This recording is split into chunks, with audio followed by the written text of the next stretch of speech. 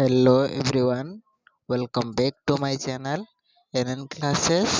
Today I will discuss about a new chapter Daffodils which is written by William Wordsworth. Hello ସାଙ୍ଗମାନେ ଆପଣ ସମସ୍ତଙ୍କୁ NN Classesକୁ ମୁଁ ସ୍ୱାଗତ ଜଣାଉଛି। Plus two second year English ବହିର ଏକ ନୂତନ ଚାପ୍ଟର ଡାଫୋଡିଲ୍ସକୁ ପଢ଼ିବା, ଯାହାକୁ ଲେଖିଛନ୍ତି ୱିଲିୟମ ୱାର୍ଡସୱର୍ଥ।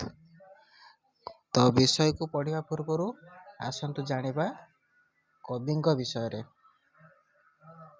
ତ William ୱାର୍ଡସୱର୍ଥ was born in 1770 and died 1850 is one of the major poet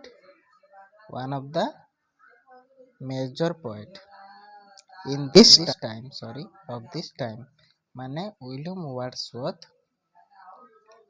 burn ହେଇଥିଲେ, ଜନ୍ମଗ୍ରହଣ କରିଥିଲେ 1770ରେ ଏବଂ ତିରୋଧାମ ମୃତ୍ୟୁଲାଭ କରିଥିଲେ 1850ରେ। Is one of the major poet of this time. ସେ ସମୟରେ ମାନେ ତାଙ୍କ ସମୟରେ ଗୋଟିଏ ମୁଖ୍ୟ କବି ଭାବରେ ପରିଚିତ ଥିଲେ।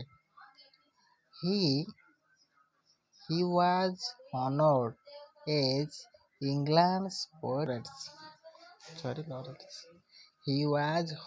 ସେ ସମ୍ମାନିତ ହୋଇଥିଲେ ଇଂଲଣ୍ଡର ପୋଏଟ୍ ଲୋରେଟ୍ ଭାବରେ।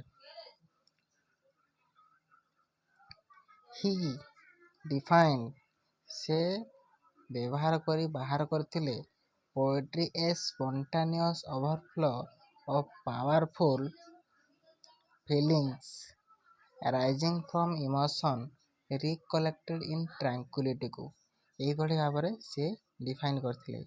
He is a poet nature। ସେ ପ୍ରକୃତି କବି ଭାବରେ ପରିଚିତ ଥିଲେ।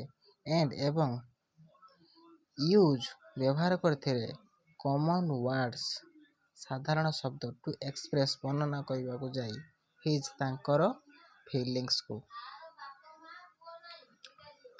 ତ ଡେରି ନକରି ଚାଲନ୍ତୁ ଟେକ୍ସଟକୁ ପଢ଼ି ନେବା। The text. I wandered lonely as a cloud। I ମାନେ ଏଠାରେ ୱିଲିୟମ ୱାର୍ଡସୱର୍ଥ ନିଜେ କହୁଛନ୍ତି। ୱାଣ୍ଡେଡ୍ ମାନେ ଏଣେ ତେଣେ ବୁଲିବା। ଲୋନଲି ମାନେ ଏକୁଟିଆ। ଏଜ୍ ଭଳି। ଏ କ୍ଲାଉଡ୍ ମାନେ ବରଫ ଖଣ୍ଡ ବା ମେଘ ଖଣ୍ଡ। I wandered lonely as a cloud। ମୁଁ ଏକୁଟିଆ ଏଣେ ତେଣେ ଏକ ମେଘ ଖଣ୍ଡ ଭଳି ବୁଲୁଥିଲି। କିଏ କହୁଛନ୍ତି? ଏଠାରେ ୱିଲିୟମ ୱାର୍ଡସୱର୍ଥ ନିଜେ କହୁଛନ୍ତି। That floats ଯାହା ଭାସୁଥିଲା on high over vales। high over vales ମାନେ ଉଚ୍ଚ ଉପତ୍ୟକା ଏବଂ ହିଲ୍ସ ମାନେ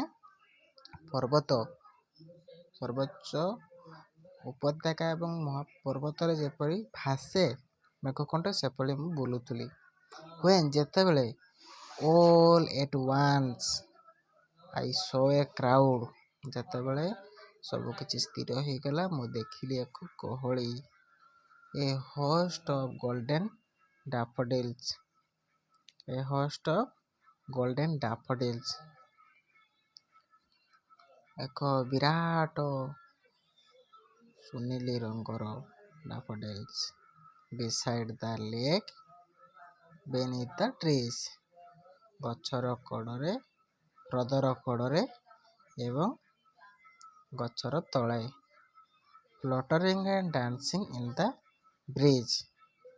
Fluttering ମାନେ ଭାସୁଥିଲେ ଏବଂ ନାଚୁଥିଲେ ଏ ଯେଉଁ ଶୀତଳ ମୃଦୁ ପବନରେ। ତ ଆଜି ପାଇଁ ଏତିକି ଥାଉ। ନେକ୍ସଟ ଭିଡ଼ିଓରେ ଆଉ ଯେତିକି ରହିଲା ଆମେ ତାକୁ କ୍ଲିୟର କରିବା।